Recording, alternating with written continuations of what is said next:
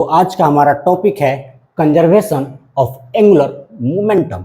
देखो, किसी भी सिस्टम पर लगने वाली अगर नेट टॉर्क जीरो है ना, किसी भी सिस्टम पर लगने वाली यदि नेट एक्सटर्नल टॉर्क जीरो हो तो उस सिस्टम का टोटल एंगुलर मोमेंटम जो होता है ना वो कंजर्व रहता है, मतलब कांस्टेंट रहती है। मतलब क्या कि उस सिस्टम के एंगुलर मोमेंटम में किसी भी प्रकार का कोई चेंजेज नहीं होती है। कब? जब उस सिस्टम पर लगने वाली नेट एक्सटर्नल टॉर्क जीरो हो। तो किसी भी सिस्टम पर लगने वाली यदि नेट एक्सटर्नल टॉर्क जीरो होती है ना तो उस सिस्टम का टोटल एंगुलर मोमेंटम कंजर्व रहता है, मतलब उस सिस्टम का एंगुलर मोमेंटम कांस्टेंट रहती है। मतलब उस सिस्टम के एंगुलर मोमेंटम में किसी भी प्रकार का कोई चेंजेज नहीं होती है। मतलब उस सिस्टम का जो इनिशियल एंगुलर मोमेंटम था ना वही फाइनल एंगुलर मोमेंटम होगी। मतलब उस सिस्टम का initial angular momentum final angular momentum के बराबर होती है। तो चलो डेफिनेशन लिखते हैं पहले इसका। If the net external torque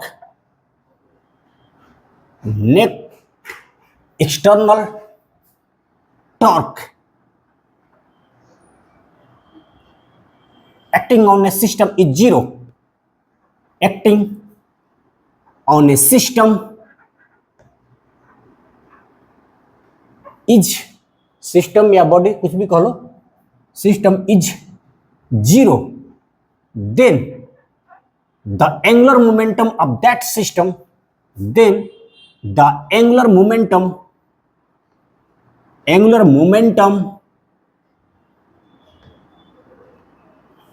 of that system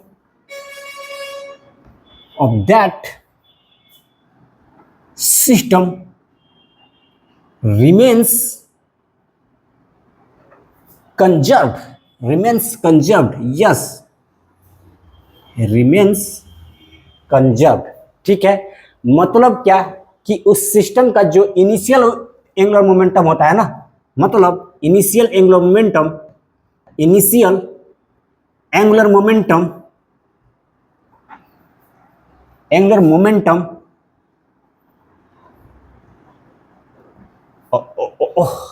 चलो मोमेंटम को मैं नीचे लिखता हूं।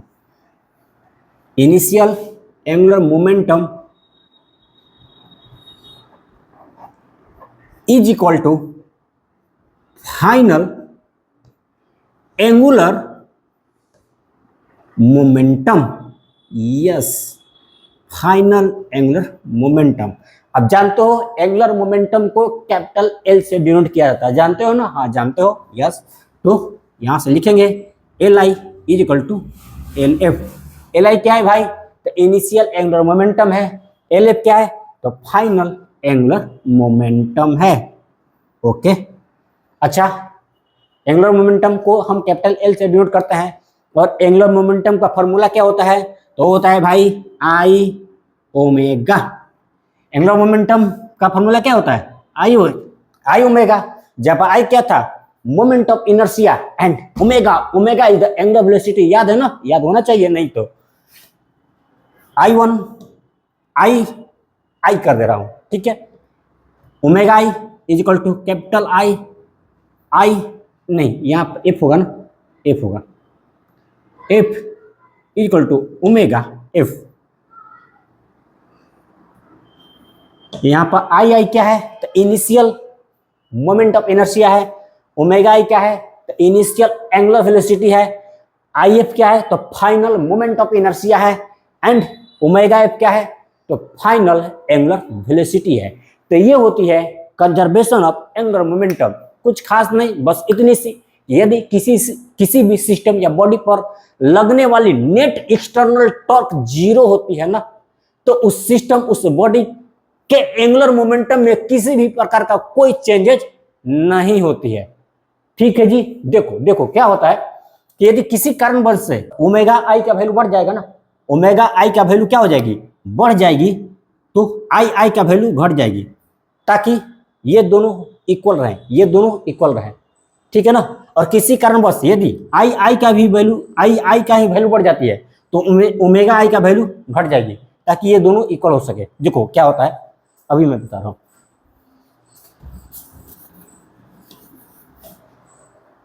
ये तो मान लो शुरू में आई का वैल्यू 2 है और ओमेगा आई का वैल्यू 3 है इनिशियली, और बाद में क्या हुआ, आई का वैल्यू बढ़ गई और कितना हो गई भाई, ये मान लो 2 से 3 हो गई। आई का वैल्यू बढ़ गई, 2 से 3 हो गई। तो यदि हमने बोला था ना कि यदि आई का वैल्यू बढ़ेगी तो ओमेगा आई की वैल्यू घट जाएगी ताकि ये दोनों इक्वल हो सके। तो ओमेगा आई कितना हो जाएगी, तो 2 हो जाएगी।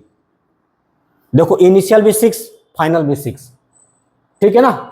ओके, तो ऐसी होता है, यदि किसी कारण बस आई बढ़ेगा ना तो ओमेगा आई घट जाएगा ताकि ये दोनों इक्वल हो सके, या किसी कारण बस ओमेगा आई ही बढ़ गए तो आई क्या हो जाएगा, कम हो जाएगा ताकि ये दोनों इक्वल हो सके। ओके, मतलब कि उस सिस्टम के एंगुलर मोमेंटम में किसी भी प्रकार का कोई चेंजेस नहीं होती है, लेकिन भाई कंडीशन है, ऐसा नहीं कि समझ लेना कि किसी भी बॉडी के या किसी भी सिस्टम के एंगुलर मोमेंटम में कभी चेंज होती ही नहीं है, होती है। बट यदि किसी सिस्टम या बॉडी पर लगने वाली नेट एक्सटर्नल टॉर्क जीरो हो ना, या फिर एक्सटर्नल टॉर्क लगे ही नहीं, तो किसी सिस्टम पर लगने वाली नेट एक्सटर्नल टॉर्क के वैल्यू जीरो है, तो उस सिस्टम या उस बॉडी के एंगुलर मोमेंटम में किसी भी प्रकार का कोई चेंजेस नहीं होते। यस, तो इसको नोट कर लिया जाए। तो इस पर बेस्ड हम एक क्वेश्चन देख लेते हैं। इस क्वेश्चन में बोल रहा है a wheel is rotating at an angular speed omega about its axis which is kept vertical. An identical wheel initially at rest is gently dropped into the same axle and the two wheels starts rotating with a common angular speed. Find this common angular speed. इस question में बोल रहा है कि a wheel is rotating at an angular speed omega about its axis which is kept vertical. An identical wheel initially at rest is gently dropped into the same axle and the two wheels starts rotating with a common angular speed. Find this common angular speed. इसमें बोल रहा है कि मान लो ये एक axis of rotation है जो वर्टिकली प्रेजेंट है। ओके, इस एक्सिस ऑफ रोटेशन के अबाउट एक व्हील रोटेट कर रही है, ठीक है, इस तरह से रोटेट कर रही है। ओके, ऐसे रोटेट कर रही है with an angular speed omega. क्या किया गया कि इस एक्सिस में एक और व्हील को क्या किया गया, ड्रॉप किया गया। इस एक्सिस में एक और आइडेंटिकल व्हील को ड्रॉप कर दिया गया। देखो फिगर छोटी हो सकती है बट दोनों व्हील आइडेंटिकल है। हमने क्या किया कि इस एक्सिस के अंदर एक और आइडेंटिकल व्हील को जेंटली ड्रॉप कर दिया गया। तो जैसे ही इस दूसरी व्हील को, ये मान लो फर्स्ट व्हील है जो पहले से था और ये सेकेंड व्हील है जिसको हमने ड्रॉप किया, जेंटली ड्रॉप किया। तो जैसे इस व्हील को ड्रॉप किया गया ना इस एक्सिस के में, तो क्या हुआ कि दोनों व्हील एक common angular speed omega dash से रोटेट करने लगे। पहले ये फर्स्ट व्हील ओमेगा से रोटेट कर रहा था, जैसे इस आइडेंटिकल व्हील को ड्रॉप किया गया ना, वैसे ही दोनों व्हील एक common angular speed omega dash से रोटेट करने लगे। तो आपको बताना है इसी ओमेगा डैश की वैल्यू क्या होगी, आपको वही कॉमन एंगुलर स्पीड का वैल्यू फाइंड करनी है जिस कॉमन एंगुलर स्पीड से ये दोनों व्हील रोटेट कर रहा है। ओके, चलो ये दोनों व्हील इस एक्सिस के अबाउट इस तरह से ऐसे रोटेट कर रहा है। तो हम मान लेते हैं let the moment of inertia of wheel is I. दोनों व्हील आइडेंटिकल है, एक्सिस भी सेम है, तो दोनों का मोमेंट ऑफ इनर्शिया सेम होगा। Yes, according to conservation of angular momentum, according to conservation of angular momentum, conservation of angular momentum,